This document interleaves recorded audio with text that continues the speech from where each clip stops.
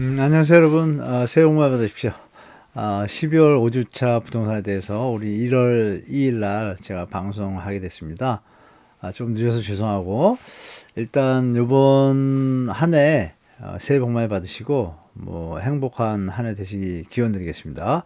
일단 12월 마지막 주 시장 현황 체크하고 또 경제 상황이나 이런 거 체크해 드리겠습니다. 자, 하나씩 볼까요? 자, 일단 이제 그동안 뭐 많은 게 있었는데 저번 한 달도 여러 가지 문제가 있었는데 일단 시장 상황이 이렇습니다. 전국 아파트가 보시는 바와 같이 0.56, 0.59, 0.64 쭉 내려오다가 저번 마지막 주까지 0.76이에요. 그래서 제가 볼 때 이 현상은 당분간 유지될 것 같다라고 말씀드릴게요. 이게 계속 유지가 좀 되다가 아마 1월 달에 정부가 이렇게 규제 완화를 추경호 장관이 또 시사했잖아요. 그리고 원희룡 장관도 나와서 요즘 언론 보도에서 뭐 추가적으로 규제를 좀 완화하겠다 뭐 이런 얘기 했고, 주택임대 사업자 이제 좀 들어갈 것 같고, 제가 볼 때 그러면 분위기 또 띄우는 게 뭐 일기 신도시 뭐 특별법 뭐 만들겠다 이런 얘기 던질 겁니다. 근데 아마 시장에서 반응이 크게 없을 것 같아요. 제가 볼 때. 물론 이제 일부 뭐 보도나 이런 커뮤니티 뭐 투자 카페에서 조금 얘기를 하겠지만 제가 볼 땐 크게 힘을 못 쓸 것 같습니다. 그렇게 보시면 될 것 같고요. 이 아마 강남 상구 빼고 규제 지역을 다 풀 수도 있고, 아니면 이제 경기도에 네곳 남은 거 있잖아요. 그 강남, 과천, 광명 뭐 이런데 네 군데 빼고, 그리고 이제 서울 외곽에 노원구, 뭐 강북구, 금천구, 구로구 이런데 조금 규제할 것 같습니다. 제가 볼 때 규제 완화 대책 풀어주면 일단 시장에는 뭐 긍정적인 효과가 있죠. 다만 그게 시장에 크게 영향을 못 미칠 것 같다고 좀 말씀드리고, 그리고 이제 다음은 이제 우리가 체크해 볼 게 하나 생겼는데요. 라니냐라고 제가 써놨잖아요. 이게 라니냐가 뭐냐면, 여러분 뭐 기후 변화에서 뭐 엘니뇨 현상, 라니뇨 현상 들어봤는데, 라니냐는 자주 안 나왔었는데 이게 한 11년마다 주기적으로 이게 있습니다. 사실 태양 흑점 운동이랑 뭐 주기가 비슷하다는 얘기도 있는데, 우리가 알 것은 뭐 일단 이 라니냐가 어떤 우리 영향을 미치는가 보면 되겠죠. 이게 이제 CPI를 다시 상승시킬 우려가 있다라는 전문가도 있고, 보도에는 많이 안 나오는데 이제 알 사람들은 다 아는 것 같아요. 그래서 여러분들한테 좀 말씀드리도록 하겠습니다. 자, 그리고 1월 13일 얼마 안 남았죠. 1월 13일 날 하느니 이제 금리 인상해야 되는데 0.25 이상 올리면 좀 부담이 될 것 같아요. 그래서 0.5라고 제가 쓰는 거는 바로 미국이 1월 30일 날 또 회의가 있어요. 그러면 그 다음 달에 아마 0.25, 0. 그럼 두 번 하면 합하면 0.5 정도 가지 않을까. 그러니까 국내 기준금리가 0.5 정도는 더 올라갈 수 있다. 저는 그렇게 보고 있거든요. 한 두세 달 안에 걸쳐가지고. 그러니까 미국은 이제 5%대로 가서 향하겠죠. 상단은 5.25까지 얘기했으니까, 제가 작년 9월에 여러분들 우리 구독자분들한테 말씀드렸잖아요. 상단 5.25 보고 있다. 그럼 5%갈 가능성도 있습니다. 물론 물가가 1월 13일쯤에 미국 소비자 물가가 나오거든요. 나올 때 그게 만약에 뭐 6% 정도 5%까지 내려온다 이러면 어쩌면 0.25로 갈 수가 있겠지만, 그럴 가능성이 좀 많아 보이지 않습니다. 제가 볼 때는. 물론 기름값이 내려가고는 있지만 다른 부분, 라니냐 현상으로 인해서 미래에 대한 부분이 좀 불확실해요. 한번 볼까요? 보시면 자, 이렇게 라니냐의 지구촌 곳곳 극심한 물 부족 신음, 이게 뉴스입니다. 얼마 전에. 그리고 이제 최근에 나온 뉴스인데요. 라니냐의 지구촌 신음, 이 미드호에 이 호수가 있는데 크게 농업 관계용으로 쓰입니다. 이 지역은 미국에 재배되는 식량의 60%를 생산합니다. 근데 여기 물이 모자라지는 거예요. 물이 비어 보이잖아요. 그리고 보시는 것처럼 유럽과 미국 북반구 곳곳 강력한 한파, 폭설, 강타, 영하 투마로우가 한파, 미국 영하 46도까지, 시장 라니냐의 서울 재난 비상, 메마른 겨울. 별로 이렇게 안 좋은 소식입니다. 기후의 영향을 좀 받고 있죠. 안 좋은 영향을. 이것도 이제 우리가 좀 유심히 봐야 돼요. 왜냐하면 이렇게 보시는 바와 같이 이번 겨울 라니냐 영향, 이게 최근 이제 KBS 뉴스인데 북서부에 강력한 한파를 예고하고 있습니다. 근데 왔습니다. 근데 북서부에. 그리고 북남부까지 내려오고 있죠. 여기 뉴욕인데. 그래서 겨울에 이쪽 보시면 우리나라 여기 해당되잖아요. 이렇게. 이쪽에 한파가 엄청 오는데 우리 왔어요. 이쪽도 오고. 그리고 여기 북부라고 이제 예측을 했어요. 이게 11월 3일이에요. 그리고 이쪽에 이제 되어 있는데 지금 실제로는 어떻게 벌어졌냐? 다음 장에는 보면 여기까지 내려와 있습니다. 한파가 세죠. 강력합니다. 그러면 이제 이 남부지방은 이제 밑에는 이제 적도지방이니까 여름인데 물론 여기도 겨울이지만 우리나라 여름 날씨죠. 그런데 여기가 어떻게 되냐면 고온 건조해져요. 이렇게. 그러면 이제 가뭄이 생기잖아요. 그럼 또 곡식 키우기가 힘듭니다. 그래서 작년에도 라니냐 현상이 있었는데 여기 보시는 바와 같이 이렇게 생산량이 감소합니다. 감소하면 당연히 올라가겠죠. 소비가 늘면. 근데 소비가 지금 정체기로 들어가니까 그나마 좀 상쇄될 것 같고. 그러니까 이제 곡식이 모자랄 것 같으니까 얼마 전에 뉴스 기억나시죠? 인도하고 밀 수출 금지하겠다. 브라질은 대두 수확량이 준다. 브라질 쪽에 이제 주는 거죠. 이런 영향이 좀 벌어지고 있다는 거 좀 아시고. 자, 그러면 이게 한국의 지금 뭐 최근의 지도인데요. 저 위성에서 찍은 막 눈이 많이 왔잖아요. 이제 그 모습을 나타내는 거고.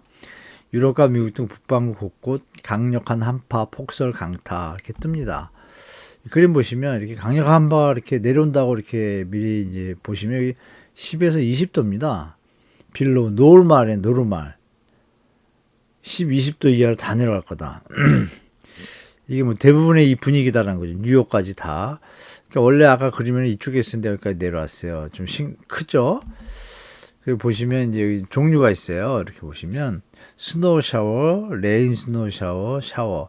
비, 눈 뭐 다 오는 거예요, 지금. 안 좋죠? 이러면 곡식이 자라기가 힘들잖아요. 원래 좀 그렇습니다. 자, 그러면 이런 현상이 그러면 전 세계에 결국은 곡식에 대해서 이렇게 뭐 안정적인 모습을 줄 것 같지는 않다는 건 좀 아시겠죠?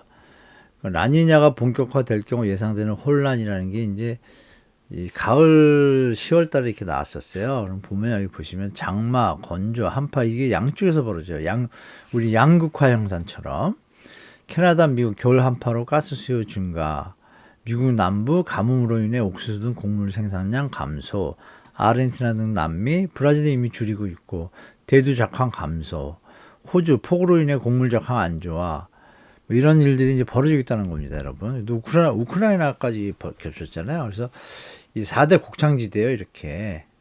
전 세계 식량을 책임지는 곳인데, 중국도 이렇게 코로나로 이거 하면서 쌀, 옥수수, 파종식을 놓쳤다고 하고, 미국도 가뭄으로 지났고, 지금 이제 또 겨울에 지금 이게 밑에까지 내려오니까, 아르헨티나도 그렇고, 가뭄 때문에, 우크라이나 전쟁이 있고, 그러니까 전반적으로 지금 뭐 이쪽 미국이 한 30%, 아르헨티나가 제가 알기로는 20, 30%, 우크라이나가 한 35%, 40% 가까이 전 세계 식량을 공급하는데 다 안 좋습니다, 상태가. 이게 이제 물가 하락에 강력하게 물가 하락을 이끌기에는 좀 환경이 좀 안 좋다 이렇게 말씀드릴게요. 결국은 소비를 줄이는 수밖에 없잖아요. 소비를 줄이려면 결국은 금리를 올릴 수밖에 없고 뭐 이게 이제 겹쳐 있습니다. 라니냐 영향권 내 주요 농업 생산지 이렇게 돼 있잖아요. 가뭄 터졌고 지금 강추위가 여기가 아니라 지금 여기까지 왔잖아요. 뉴욕까지. 이게 이제 문제입니다. 이게 여기 뭐 제목 써 있잖아요. 밥상 물가 위협. 매일경제 방송에서 했는데 그림 잘 그렸죠. 자, 시장으로 돌아가겠습니다. 이렇게 경제 상황에서 CPI, 그러니까 여러분들 아시게 CPI가 분명 영향을 준다는 거 기억하시잖아요. 물가가 안 잡히면 금리는 못 내린다. 물론 경제 침체가 너무 심한 경제 위기가 코로나처럼 오면 일시적으로 내릴 수밖에 없는 악영향이 되겠지만 그게 또 버블을 키우니까 이 세계 경제가 정신을 못 차리는 상황이 됩니다. 자, 그럼 여기서 보시면 요거 이제 말씀드렸잖아요. 한 9월, 10월에 제가 말씀드렸죠. 이렇게 들어가 보면 이 brbrx.com 치시면 요걸 안 치셔도 되고 들어가서 치시면 이런 데이터가 나오고 여기 매매 이렇게 찍으시면 그 동네 실제 거래량이 다 정리가 되어 있어요. 저도 데이터 정리하고 여러분 보시라고 만든 건데 들어가서 보시면 좋고, 자, 이걸 기초로 해서 11월 달 서울 아파트 거래를 좀 체크해 봤습니다. 여러분도 지역 체크해 보시면 좋을 것 같고, 보시면 이게 마이너스입니다. 이렇게 마이너스 쭉 보십시오. 변동률이 얼마인가? 마이너스 40, 30입니다. 어마어마하죠. 서울특별시 다 아파트입니다. 뭐 국민평양도 있고 60제곱미터도 있고 국민평양도 있고 어마어마하게 떨어졌죠, 여러분. 보시면 이걸 좀 제가 확대해 보면 특별한 단지 가양 2단지 좀 작지만 이게 9억까지 갔어요. 왜냐하면 재건축 기대감이 있어가지고. 근데 이게 지금 5억 7천이 떨어졌어요. 3억 2천이 하락했는데 마이너스 35.6%입니다. 요 위에 노원구 중계동 주공 4단지는 43% 떨어졌고, 그렇죠? 송파 롯데캐슬파는 39%, 33%, 30%. 여기 공통점이 보면 21년도 고점에서 거래가 그동안 없던 거예요. 왜냐면 이게 직전 거래고 이게 현재 거래입니다. 이번에. 그러니까 거래가 그동안 없던 데가 있고, 가양 2단지는 계속 내려왔다는 거죠. 내려와서 이게 4월 달에 5억, 9억까지 내려왔다가 지금 확 떨어졌습니다. 요즘. 불과 4월이면 한 6, 7개월 사이에 너무 많이 차이 나죠? 여러분 기억나시지만, 이제 8월, 7월에도 이럴 것 같으면 빨리 파시라고 했었는데, 이분은 좀 늦게 파신 것 같아요. 지금에도 뭐 늦지는 않았겠죠? 하계 1청구 이렇게 많이 내렸습니다. 이렇게 보시면 30%가 이렇게 많습니다. 그래서 그 데이터를 내보니까 631건인가 서울에 거래가 됐어요. 거래가 됐는데 631건 중에 그 188건 688 말씀드린 대로, 이제 펜으로 해볼까? 아이고, 이게 잘 안 되네. 죄송합니다.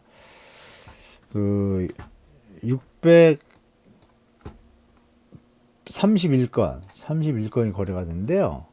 제가 조사한 거로 88건이 상승 거래입니다. 상승 거래고 380개가 하락 거래고요. 한 130개 정도가 저기 SH공사하고 LH공사 있죠? 거기서 통째로 매입한 겁니다. 그래서 실제로 이 비율을 따져보면 거의 한 390개 정도 되는데, 하락 거래가. 그러니까 이제 LH나 SH에서 매입하고 거래하는 거는 빼고, 신축이죠. 직전 거래 가격이 없는 것들 빼면 총 한 480개 정도 되는데, 그 비율을 따져보면은요, 상승 거래된 게 한 17%고요. 하락 거래된 게 78%입니다. 11월 달에. 글씨를 제가 잘못 써서 죄송합니다.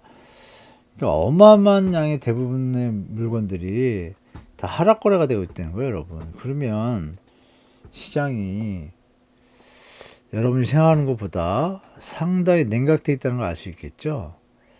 그래서 여러분들이 시장 만만하게 보지 말라고 제가 계속 말씀드리는 이유가, 여러분이 생각지도 못했던 상황이 벌어지기 때문에 좀 조심하셔야 된다고 계속 말씀드렸죠.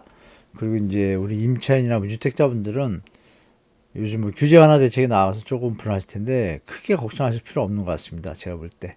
나중에 2008년도 그때 사례를 한번 쭉 정리해 드릴게요. 그럼 조금 뭐 안심할 수 있는 여지가 좀 많습니다. 이렇게 말씀드리고, 자, 서울 아파트 역대 최저치 하락 주간 통계 볼까요? 보면, 자, 주간 아파트 매매가격 변동률입니다.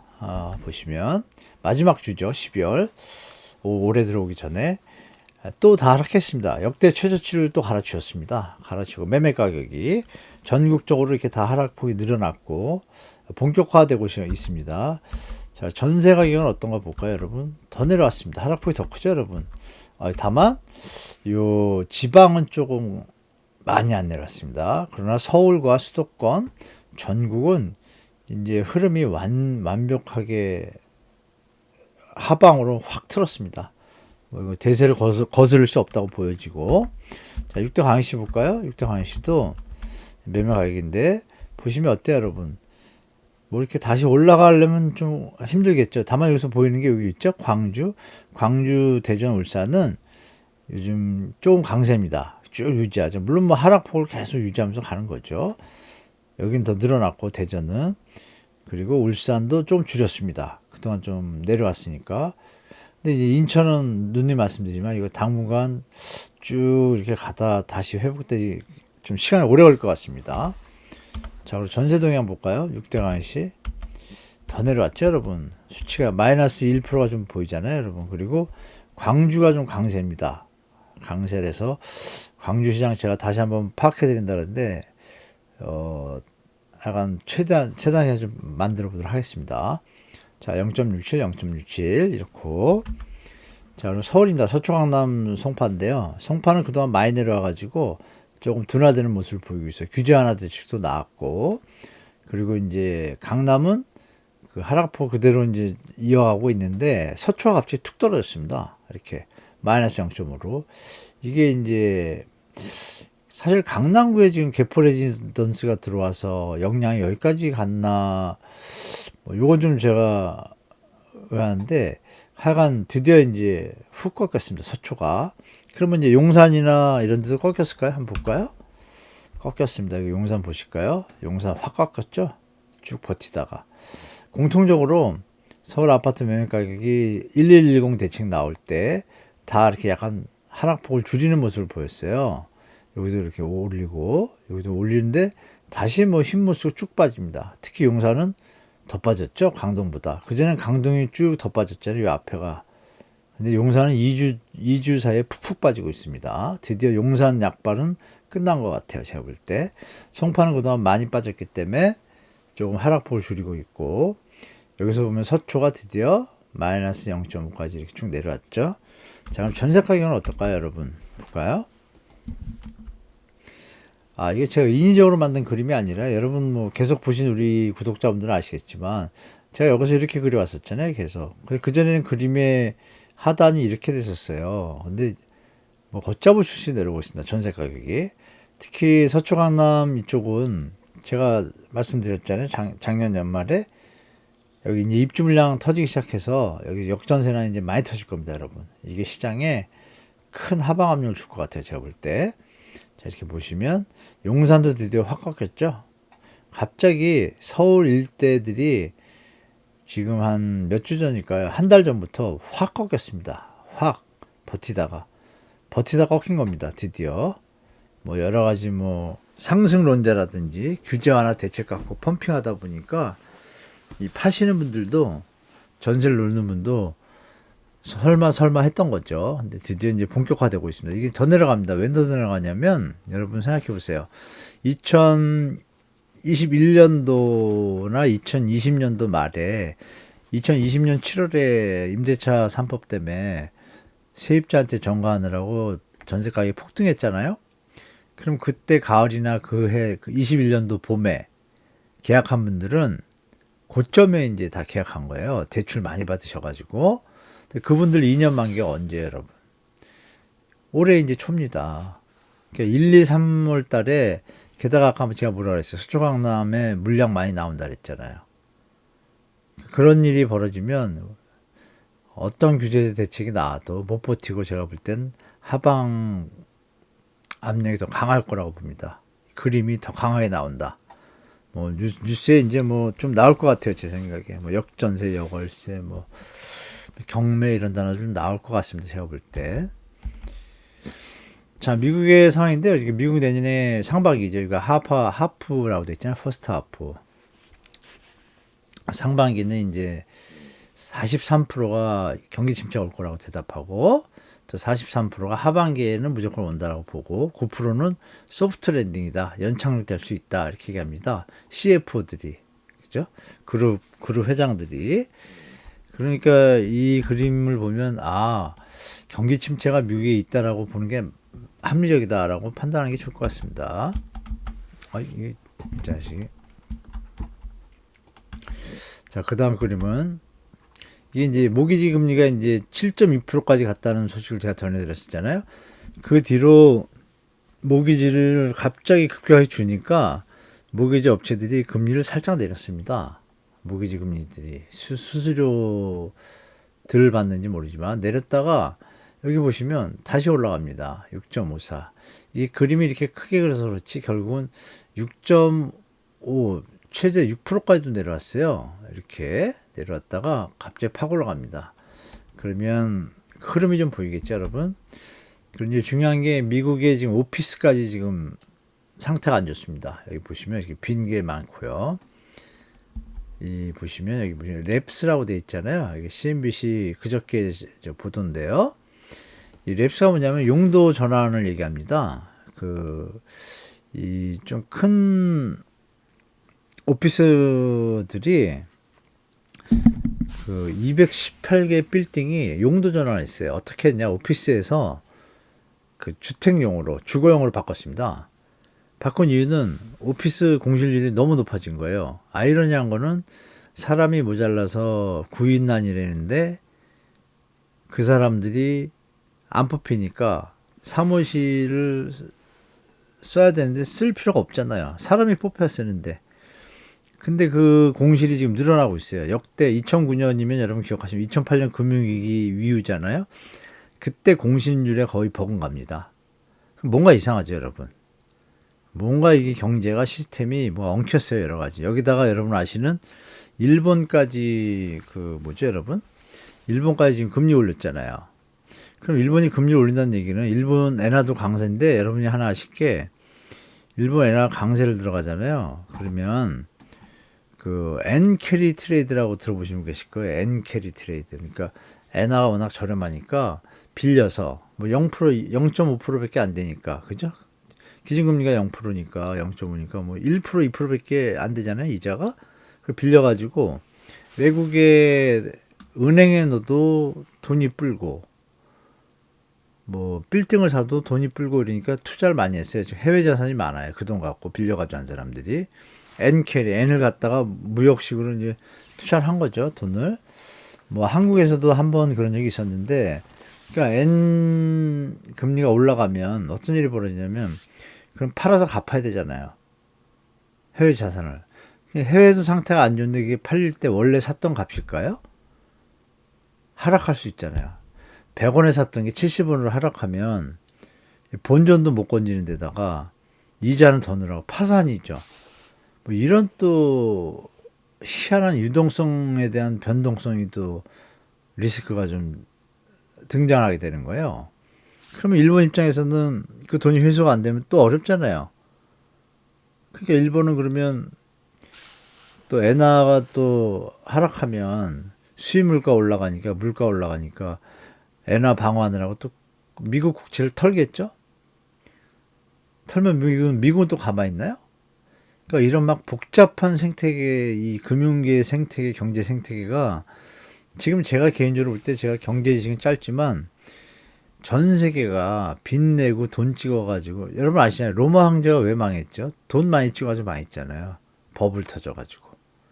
그러니까 돈을 많이 찍어가지고 안 망한 나라가 없거든요. 아르헨티나도 마찬가지고. 근데 워낙 많이 찍었어요, 전 세계가. 덜 찍은 나라가 버티겠죠. 그런 상태에서 뭐 여러분들이 시장상에 녹록지 않구나. 그리고 미국의 지금 오피스 공실률이 역대 최대구나. 금융위기 이후에. 그리고 CBRE라고 한국 지사가 있는데요. 그러니까 글로벌 부동산 마케팅 회사가 있는데 여러 군데서 한국의 공실률이 이제 증가할 거다. 여러분 뭐 아시지만 요새 해고 뉴스 많이 들으시잖아요. 희망퇴직, 증권사하고 이런데 이런 현상들이 만만치 않게 벌어질 것 같아요. 대한민국도. 그러면 분위기가 어떻겠어요? 심리적으로. 그러니까 여러분들이 시장 올해는 제가 누누이 말씀드리지만 좀 어려운 한 해가 될 가능성이 높다. 그래서 준비를 잘 하시고 부채 줄이시고 최대한 잘 버티는 것도 좋은 자산관리 전략이다 말씀드리겠습니다. 자, 이렇게 이번 시간 영상 여기까지 하고요. 하여간 한 해 새해 복 많이 받으시고 여러분 한 주 또 행복하게 보내시고 제가 좀 이제 방학을 했으니까 드디어 본격적으로 오늘 좀 늦게 올려서 좀 죄송하고 본격적으로 좀 뭐 모아타운, 뭐 재개발 재건축 뭐 여러 개가 있잖아요. 여러분들 궁금해하시는 게 뭐 지역 상황도 또 시간 될 때 하나하나씩 짚어서 올리도록 하겠습니다. 자, 그러면 행복한 한 주 되시고 시청해주셔서 감사합니다.